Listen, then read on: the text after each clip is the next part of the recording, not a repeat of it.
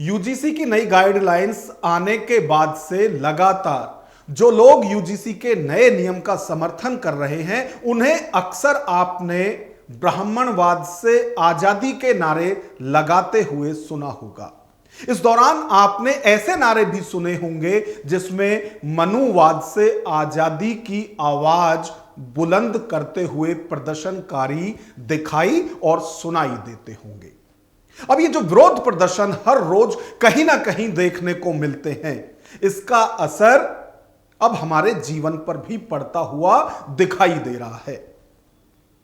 और आज हम एक ऐसी ही शादी का जिक्र करने जा रहे हैं, एक ऐसी शादी का विश्लेषण करने जा रहे हैं जो बिना वैदिक मंत्रोच्चारण के ही नहीं बल्कि बिना पंडित और बिना अग्नि के साथ फेरे लिए हुए हुई है।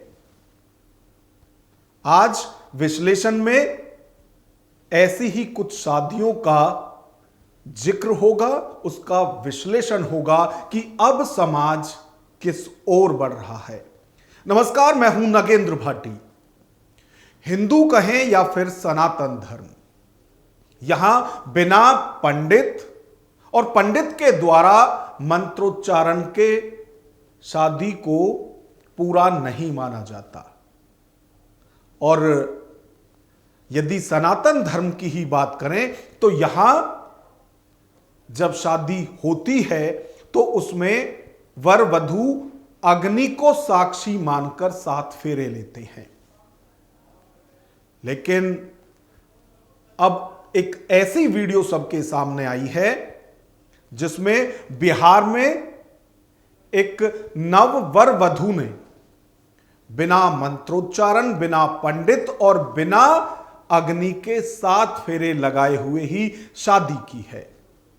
और इस शादी में अग्नि को साक्षी मानकर तो फेरे हुए ही नहीं है, बल्कि यहां साक्षी माना गया है भगवान बुद्ध को, यहां साक्षी माना गया है संविधान निर्माता BR अंबेडकर को। और उन्हें साक्षी मानकर संविधान की शपथ लेकर शादी हुई है। और जो ये शादी हुई है इसे अर्जक पद्धति का विवाह कहा जा रहा है।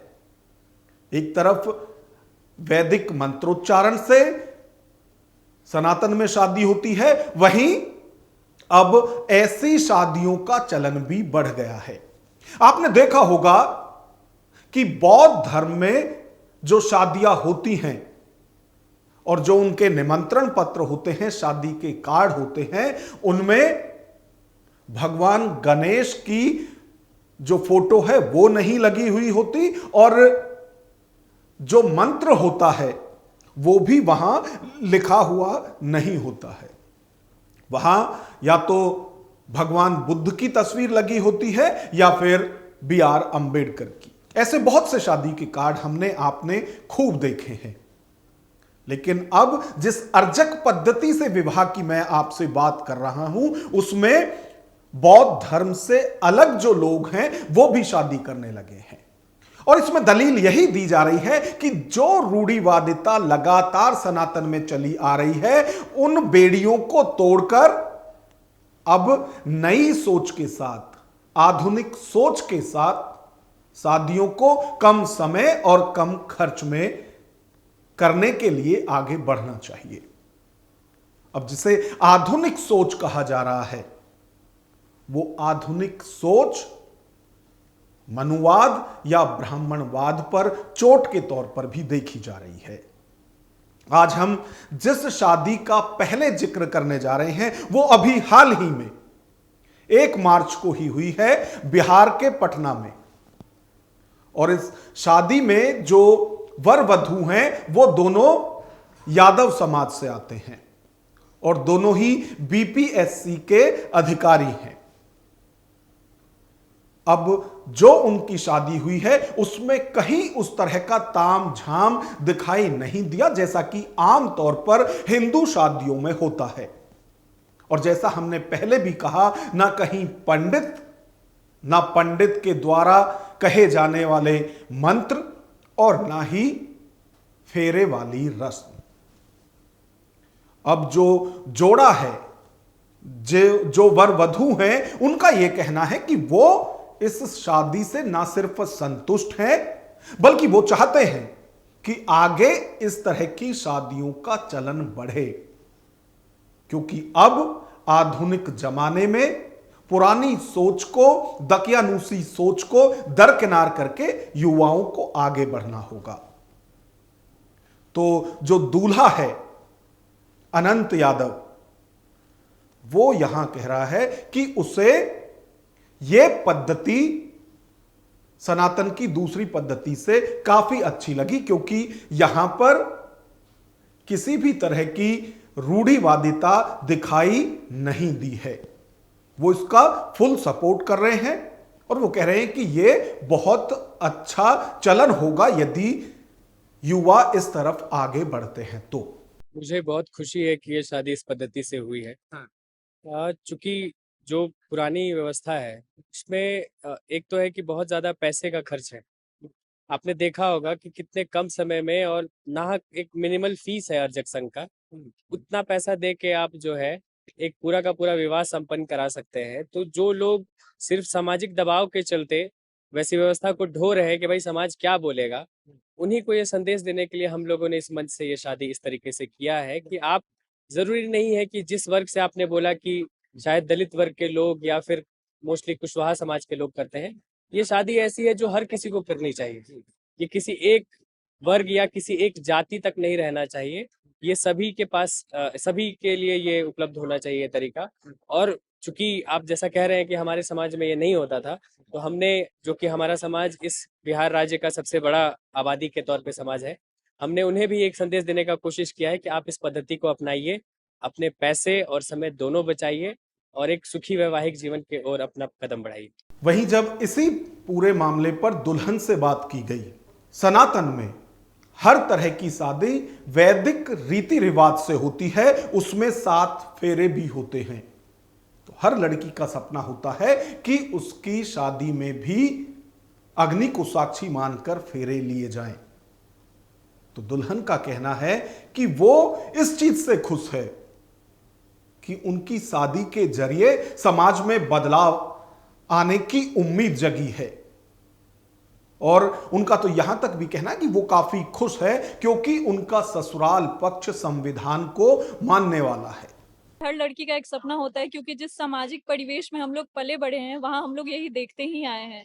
लेकिन जब हम इन लोगों के विचार को जाने और खुद जब हम संविधान को पढ़ रहे थे, तब हम समझे कि हम लोग कितनी ज्यादा रूढ़िवादियों से घिरे हुए हैं। तो क्यों ना उन रूढ़िवादियों से आगे आके हम लोग कुछ ऐसे चीज को अपनाएं जिसमें सबको सामाजिक समानता से देखा जाता है, सबको समान अधिकार दिया जाता है।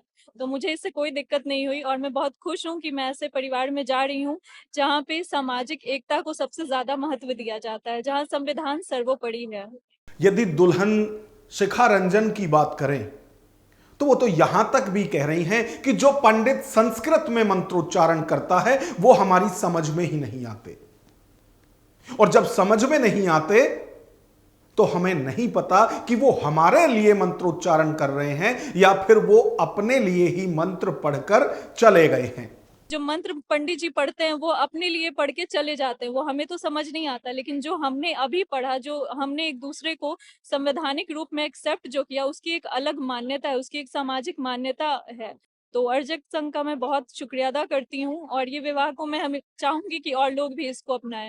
तो वैदिक परंपराओं को त्याग कर अर्चक पद्धति से ये जो विवाह हुआ है, इसमें वर वधू दोनों ही यादव समाज से हैं। अब उन्हें यह उम्मीद है कि उनकी शादी के बाद समाज में इस तरह की शादियों का चलन और ज्यादा बढ़ेगा, जिससे न सिर्फ समय बचेगा बल्कि जो फालतू का खर्चा होता है वो भी बच जाएगा, वो भी नहीं हो पाएगा। तो ऐसी शादी जिसमें ना पंडित है, ना मंत्रोच्चारण है, ना फिर 7 फेरों की रस्म है, ये कोई अकेली शादी नहीं है। बिहार में जहां यादव नव वर वधू ने यह शादी की है, वहीं यदि गुजरात के राजकोट की बात की जाए तो वहां पटेल समाज से आने वाले वर वधू ने भी संविधान को साक्षी मानकर शादी की है, यानी कि उन्होंने भी कहीं भी जो ये हमारे वैदिक परंपरा के जो जितने भी चीजें हैं, चाहे मंत्रोच्चारण की बात की जाए, चाहे पंडित जी की बात की जाए, या फिर अग्नि को साक्षी मानकर साथ फेरे लेने की बात की जाए, इन दोनों ही शादियों में वो कहीं दिखाई नहीं दे रहे हैं। और लगातार यही कहा जा रहा है।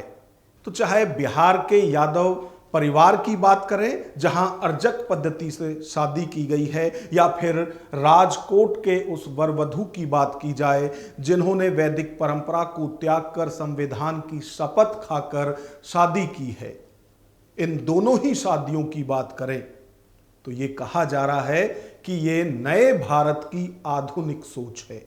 ऐसे में सवाल ये उठता है कि ये नए भारत की आधुनिक सोच है या फिर ब्राह्मणवाद और मनुवाद पर करारी चोट। इस पर आपकी क्या राय है? कमेंट बॉक्स में अपनी राय हमें जरूर बताएं। और यदि वीडियो पसंद आई हो तो लाइक करें और इसी तरह की वीडियो देखने के लिए हमारे चैनल को सब्सक्राइब करें। नमस्कार।